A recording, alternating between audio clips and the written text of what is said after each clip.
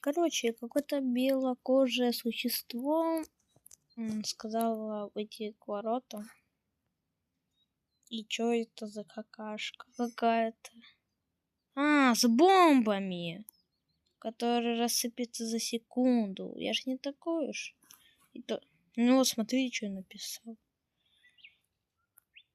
Да, ну понятно, типа не вижу. И я еще лох. Так, если он не может пройти, то я могу же использовать гарпун. Так, если он там не исчез. Так, я ж могу туда поставить? А я не могу зацепить. Ладно. Я продолжу строить и буду его игнорить. Так. Ну, короче. Посмотрим. Короче, это терпило все-таки решил взорваться. Мне бы столько мусора бы создал.